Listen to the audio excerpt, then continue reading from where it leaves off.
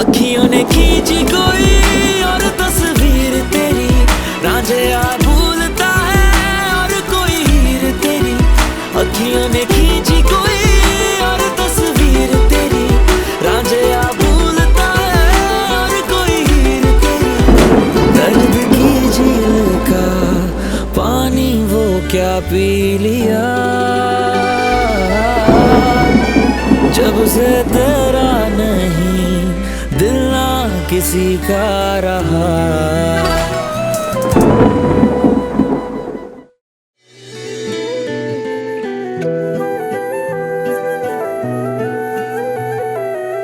चाहे दीद तेरी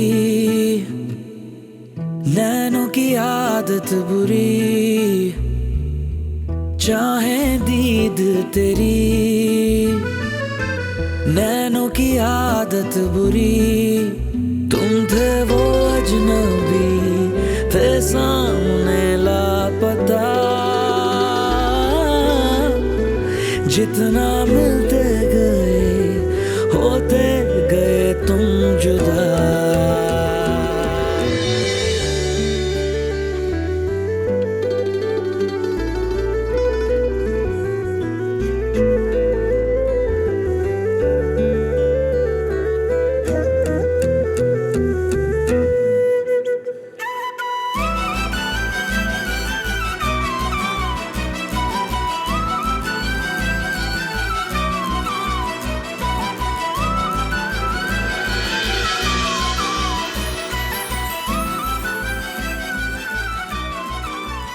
خیلی خوشگل شدی.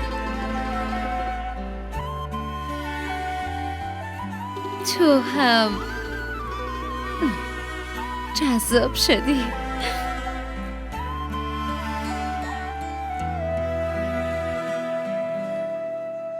حنا تو که میدونی خواهر من از این ازدواج ناراضیه.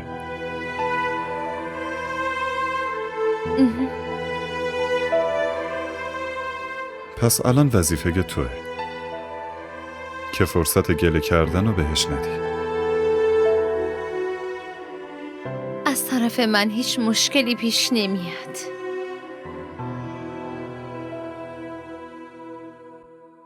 من تو این دنیا غیر آبجیم کسی رو ندارم. خواهش میکنم اینو فراموش نکن که بهتر خواهرم رو راضی نگه داری. همونطور که دل منو به دست آوردی، دل اونم حتما میتونی به دست بیاری.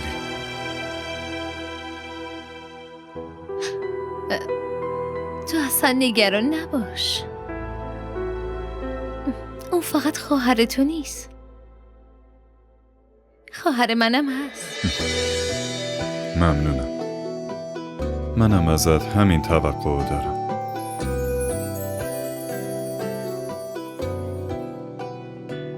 حنا، دلم نمیخواد در مورد گذشته حرف بزنیم. بهتره فراموشش کنیم. به زندگیمون برسیم، این به نفع هر دومونه.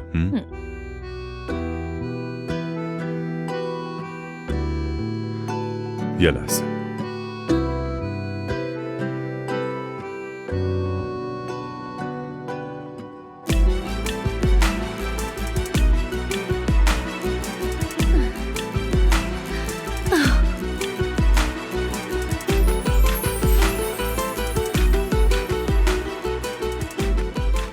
این انگشتر رو ببین، قشنگه، ولی تو انگشت تو قشنگ‌تره.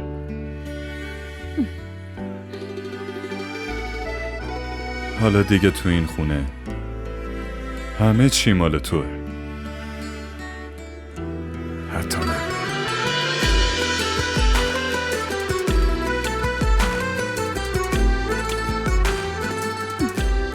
خوشحالی؟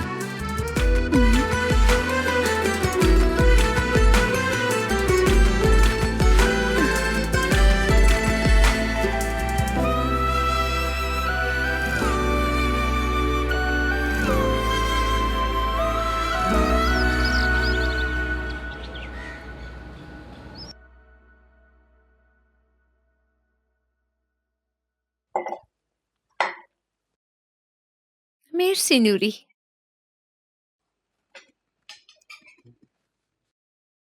نوری برای آبجی ساندویچ بیار. شهرزاد بهم گفته بود که شما خیلی ساندویچ دوست دارین. منم مخصوصا برای شما سفارش دادم. امتحان کنین، عالی. آره، آشپزخونه یه خونه ما غذاهای خوشمزه‌ای درست میکنه. پس ساندویچ هم خوب درست کرده، مطمئنم.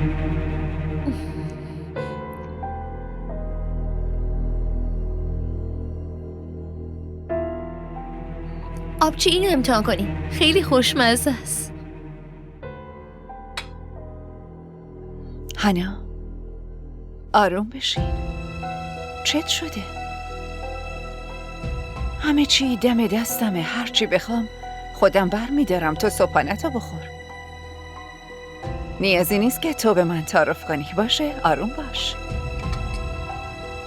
در واقع شما تو این خونه مهمونید، واسه همین دلم میخواد خوب ازتون پذیرایی بشه. من تو این خونه مهمون نیستم هانا. گوشه به گوشه این خونه رو خودم درست کردم. همه این وسایل رو خودم رفتم خریدم عزیزم. پس من تو این خونه مهمون نیستم.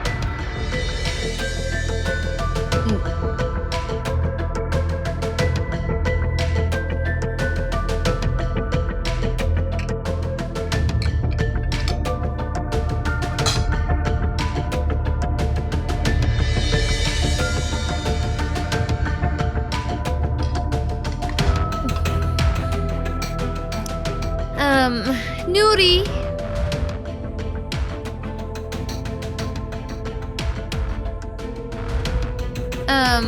واسه من تو اتاقم چای بیار. بعد صبحانه برای این میزم چای بیار.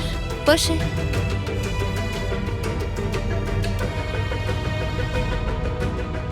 آبجی نباید اینجوری با هنا حرف میزدی. اون با چه شوقی داشت صبحونه میخورد.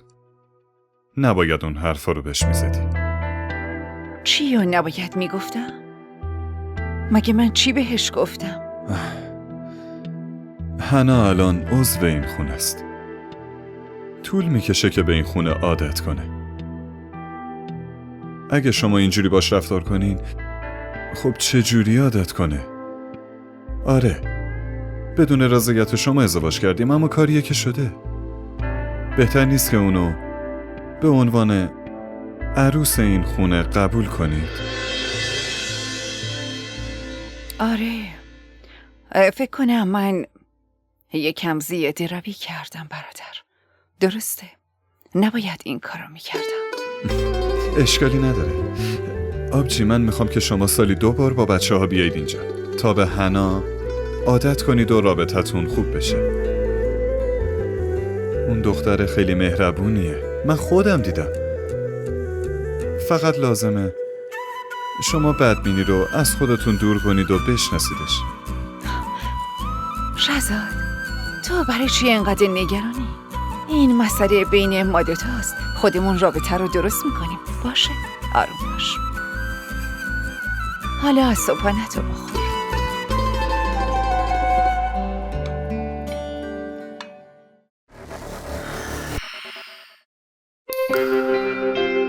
DDTV شبکه محبوب فارسی زبان در آلمان. سابسکرایب کنید و تمام سریال های مورد علاقه خود را در سراسر دنیا تماشا کنید.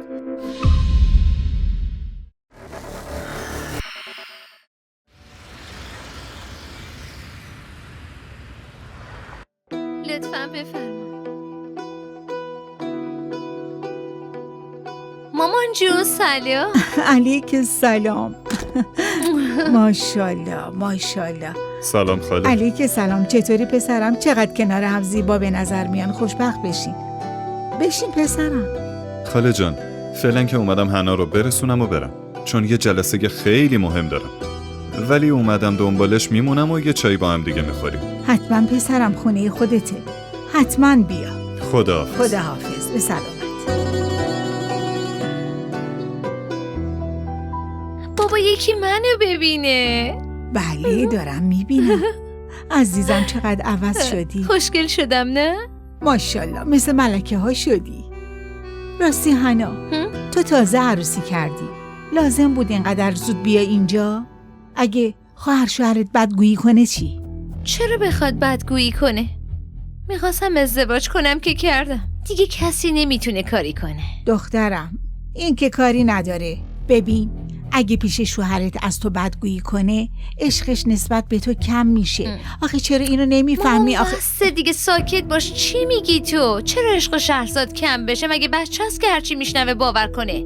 بی خیال بابا، بیا اینو ببین. اما باید مراقب باشی. باشه بابا. رفتم فروشگاه، این همه خرید کردم، کلی ذوق دارم که بهت نشون بدم، ولی تو همش نصیحتم میکنی. این ساریو ببین، اینو 50,000 تا خریدم. 50,000 تا؟ اینو بگیر. آخه مگه لازم بود اینو بخری؟ تو چند وقت پیش خریدی. مگه لازم بود باز؟ کدوم لباس ها؟ لباس ارزونای جهیزیم؟ آره. مامان، اون لباسای ارزون قیمت رو نمیتونم جلوی کسی بپوشم. من الان زنه تاجرم، باید لباسای شیکو با کلاس بپوشم. نه دیگه پول که هست، چرا خرج نکنم؟ آره، پول هست، باید خرج بشه. اگه درخت پولم باشه، با این کارهایی که تو میکنی خوش میشه. ای بابا، طرز فکرت عوض نمیشه. درخت پول چیه مامان؟ بی خیال. اینو ببین، خیلی وقت دنبالش بودم. این چیه؟ کیف دلخواهم. چطور، مورد قشنگه؟ علاقت؟ مگه نه؟ خوبه؟ آره، قیمتش قشنگه. بس کن مامان، تو رو خدا. از یه چیزی تعریف کن، بگو خوبه دیگه. این ساریو ببین، خوشت میاد؟ دلت میخواد بدمش به تو؟ این ساری 50,000 تا ها؟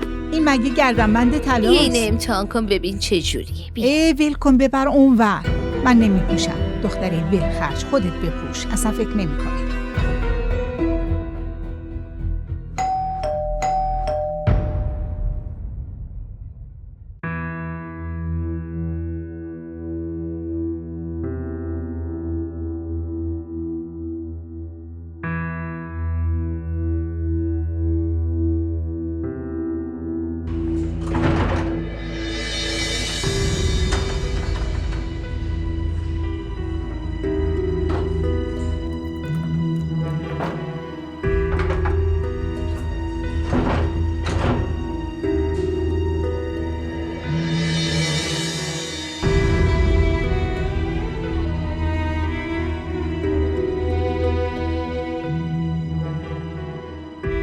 اصلا نمیتونم بفهمم گیر چه آدمایی افتادم. هر روز یه چیز جدیدی در موردشون میفهمم. نمیدونم دیگه قراره چه بلاهایی سرم بیارن.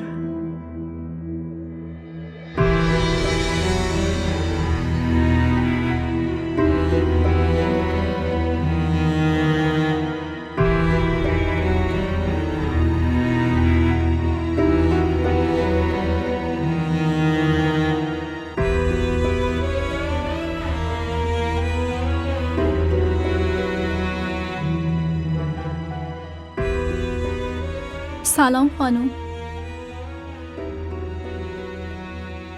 علیک سلام. ساعتو دیدی؟ باید 9 می اومدی. چرا دیر کردی؟ تو این خونه که رفت آمدی نیست. همه جا هم که مرتبه. خیلی زود تمیز میشه. نگران نباشین. نگاه کن. اونجا رو ببین. همه جا رو خاک گرفته. چرا درست تمیز نمی کنی؟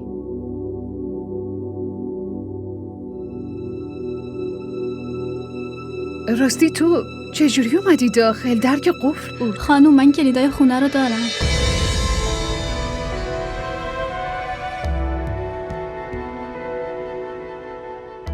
آها، پس یعنی کلیدای خونه همیشه همراهته؟ از وقتی که شما اومدین، خانم بزرگ و علی آقا به هم کلید دادن که وقتی رفتم از بیرون در رو قفل کنم، وقتی هم اومدم در رو با کلید باز کنم. آها. آره، من به اونا گفتم در رو از بیرون قفل بکنن. من که جایی نمیرم. تازه اگه درم باز باشه ممکنه کسی بیاد تو. موقعی کار کردن دوست ندارم کسی مزاحم بشه. بی خیال خانم جان. اینا دیگه کیان؟ همه میدونن. هر چی باشه، مگه آدم در رو اینجوری قفل میکنه؟ همه در موردشون حرف میزنن. مردم حرف در میارن، وگرنه اصلا اینجوری نیست. خانم جان، اینا خیلی آدمای بدین. نمیدونم دختره به خوبی شما چرا باید با این خانواده وصلت کنه. بدجوری گرفتار شدین. اینا حتی تو محله هم با کسی خوب نیستن. این حرفا چی که میزنی؟ برو به کارت برس. این باشه همه کار خانم. مونده.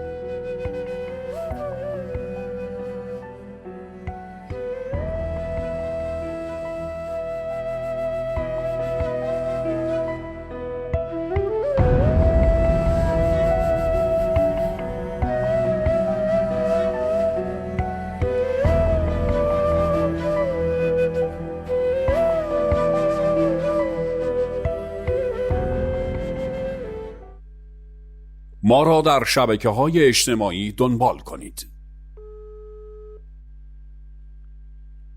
سلام شهرزاد. علیک سلام. کار مهمی نداری که؟ جلسات تموم شد؟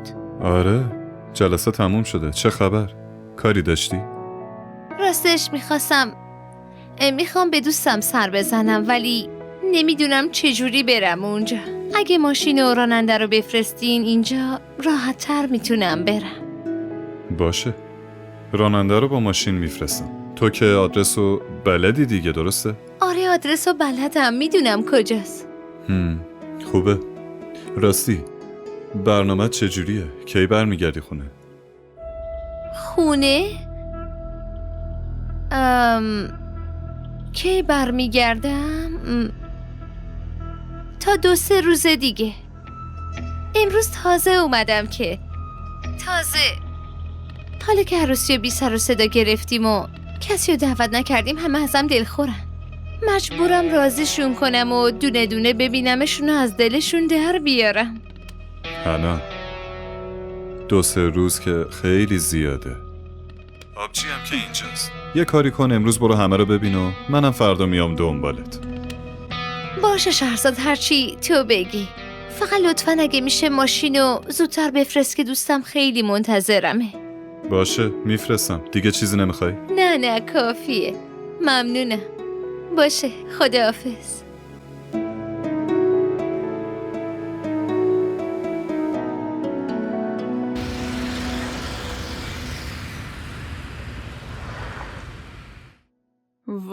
وای اصلا نشناختمت. خیلی خوشگل شدی عزیزم. چی میگی تو؟ از اولشم خوشگل بودم. بله خانم، معلومه که از اول خوشگل بودی ولی الان خیلی تغییر کردی. سغرا بفرمایید خانم. واسمون آب میوه بیار، بعدش هم میتونیم یه غذای خوشمزه بخوریم. نه عزیزم. ای بابا، نمیخواستم بیفتی توی زحمت عزیزم. من فقط اومده بودم ببینمت. دلتنگت شده بودم، خیلی وقت همدیگر رو ندیدیم. وقتی به شهرزاد گفت این دیگه چه حرفیه؟ الان ماشینو میفرستم، پاشو برو دوستاتو ببین. تو هم که دوست صمیمی منی، واسه همین اول اومدم دیدن تو. ولی واسه نهار نمیتونم بمونم، وقت زیاده، بازم میام پیشت.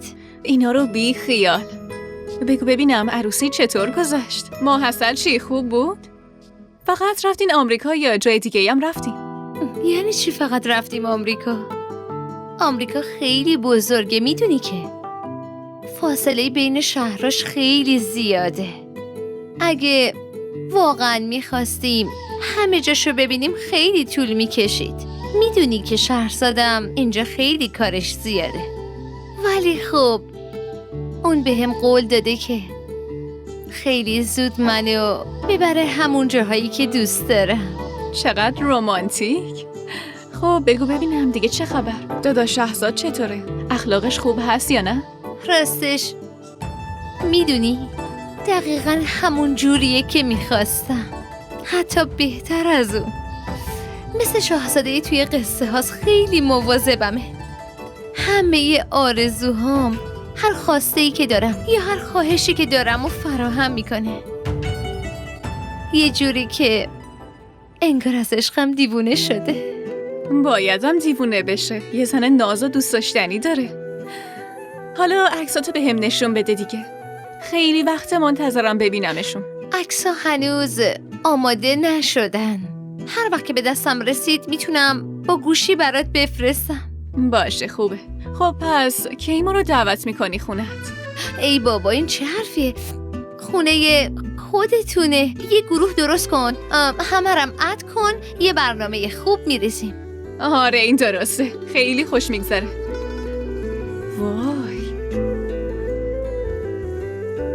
این چقدر قشنگه. کادوی زیر لفظیم بود. واقعا قشنگه. سلیقه داداش شهرزاد خیلی خوبه ها. بس دیگه، الان چشم میزنی؟ سغرا کجا موندی تو؟ آب میبر رو بیار دیگه، خیلی دیر کردی.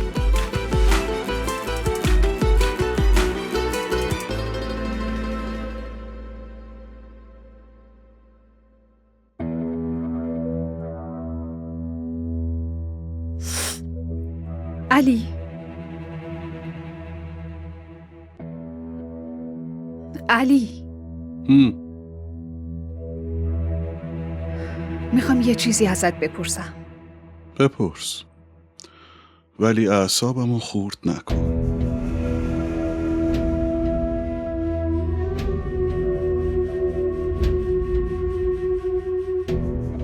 وقتی شما میری چرا در خونه از اون طرف قفله؟ چرا؟ مگه کجا میخوای بری؟ من جایی نمیرم. اما چی؟ اما چی؟ الان برای تو چه فرقی میکنه که در خونه باز باشه یا قفل باشه؟ علی شاید چیزی لازم بشه، شاید یه اتفاقی بیفته، شاید یه کار مهمی. آخه زن خونه دار به چه چیزی احتیاج داره؟ مگه اتفاقی افتاد تلفن رو وردار به من زنگ بزن، خبر مرگم که نمردم. بعد از اون کاری که کردی نمیتونم بهت حق آزادی بدم. آره حق داری. نه به چیزی نیاز پیدا میکنم نه اتفاقی برام میفته. من شاید لایق همینم. ببین منو، تو حتی لایق اینم هستی.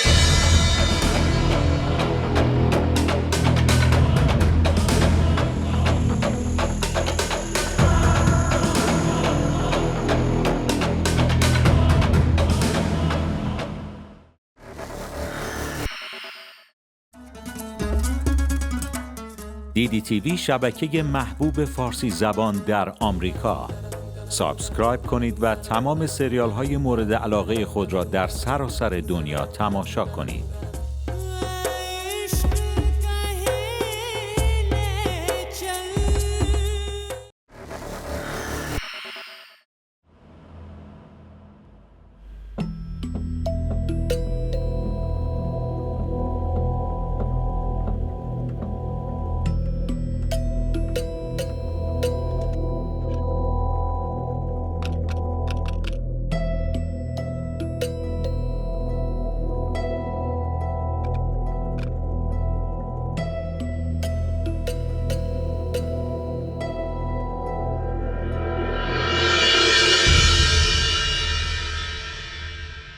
آهای رامشا، چیه؟ اینترنتو چک کن، چرا ضعیفه؟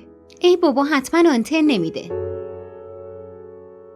میگم خداییش اگه اینترنت نبود چجوری زندگی میکردیم نه؟ آره الینا جونم درست میگی.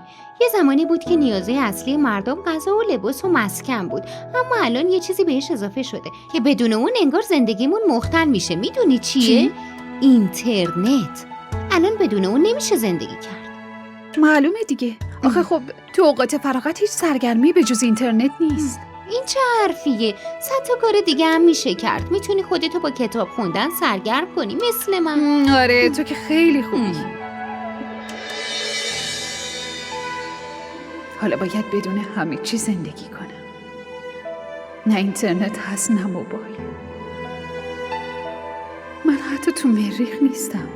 رو کره زمینم، اما کجا؟ خودمم نمیدونم. این خونه شاید زندان منه، شایدم قبرم. بالاخره یه روز تو این زندان میمیرم، میدونم.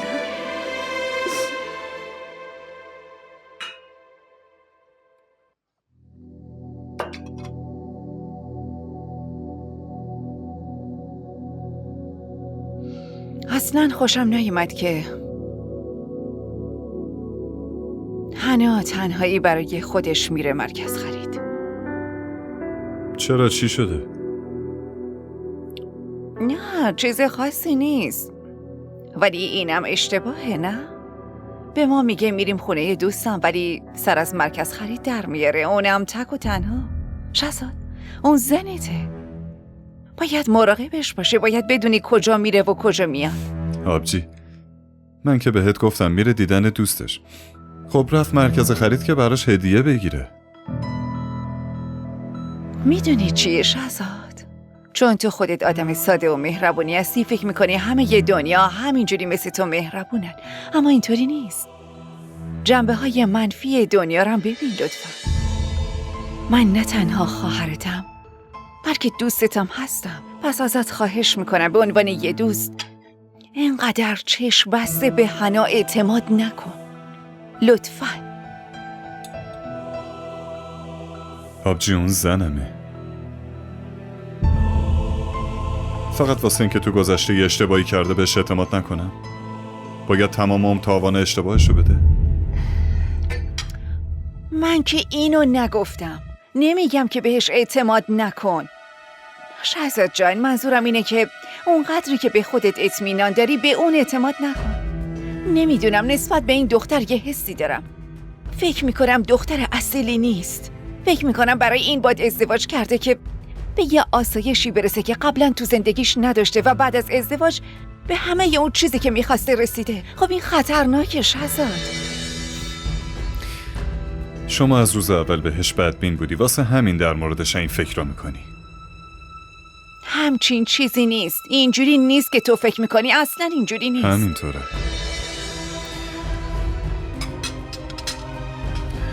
ببین برادرت یه آدم خیلی اجتماعیه، تاجر بزرگیه، روزانه با 1000 نفر سر و کار داره. شاید یه چیزی رو فراموش کردی که آدم فهمیده و تاجری مثل تو رو هم قبلا خیلی راحت فریب داده شهزاد. اون خیلی خوب این کار رو بلده و تو اینو فراموش میکنی. چطور میتونم فراموش کنم وقتی شما دائم بهم یادآوری میکنی؟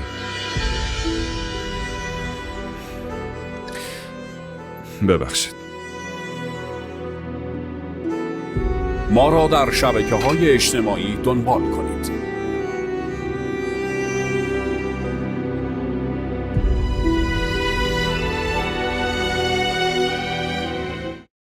امروز خیلی خسته شدم.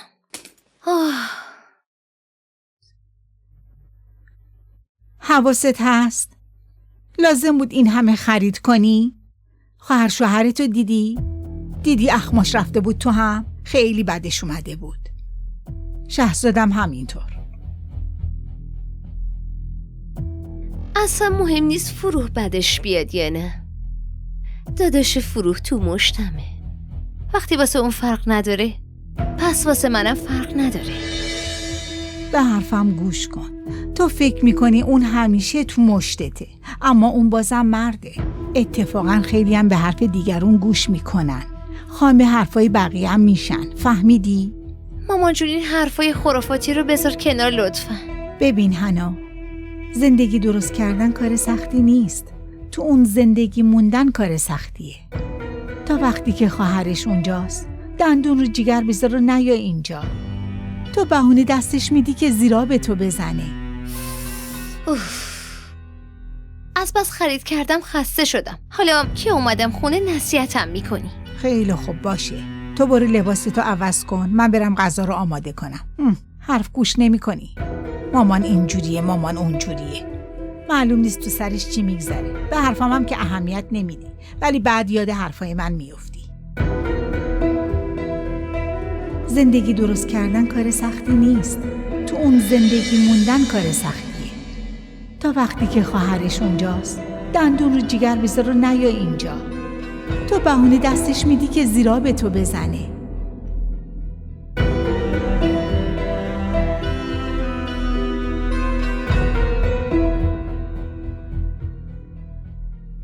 سلام شهرزاد، خوبی؟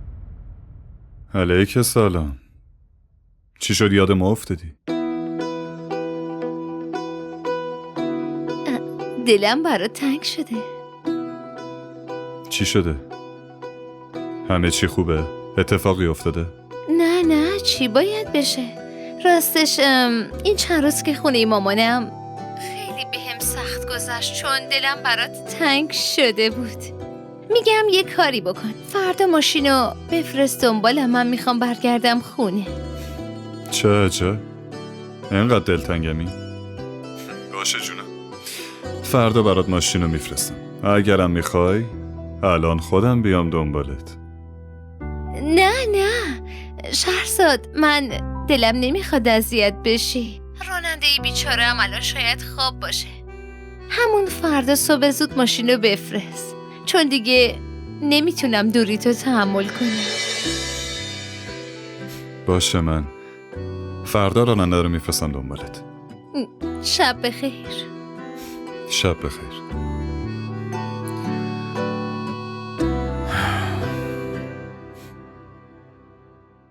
خواهر قدسیه، میخوایم هر چه زودتر تاریخ عروسی رو تعیین کنیم. 1 ماه دیگه آبجی کامران از آمریکا میاد و تصمیم داریم عروسی رو برگزار کنیم.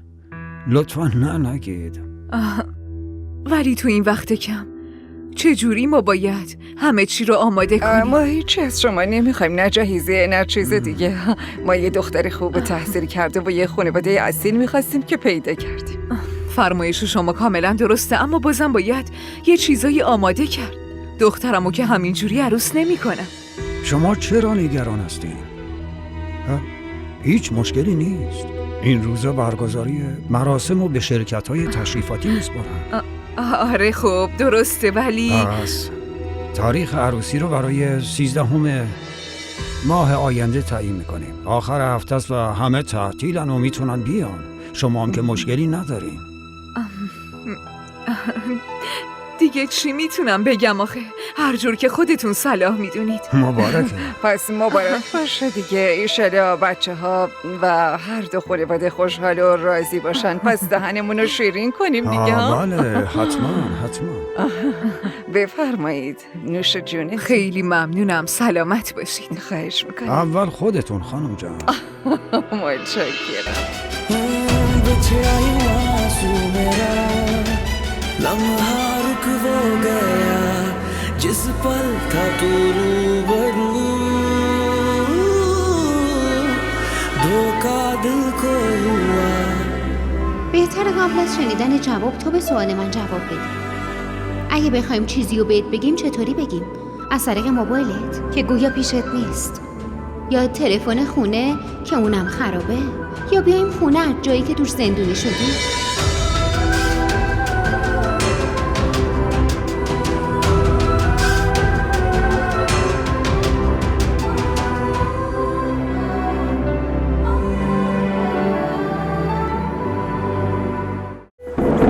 अखियों ने खींची कोई और तस्वीर तेरी रांझिया भूलता है और कोई हीर तेरी. अखियों ने खींची कोई और तस्वीर तेरी रांझिया भूलता है और कोई हीर तेरी. दर्द की झील का पानी वो क्या पी लिया. بابت تماشای این قسمت از شما ممنونیم. اگر از تماشای آن لذت بردید لطفاً نظرات خود را برای ما بنویسید و این ویدیو را با دوستان خود به اشتراک بگذارید.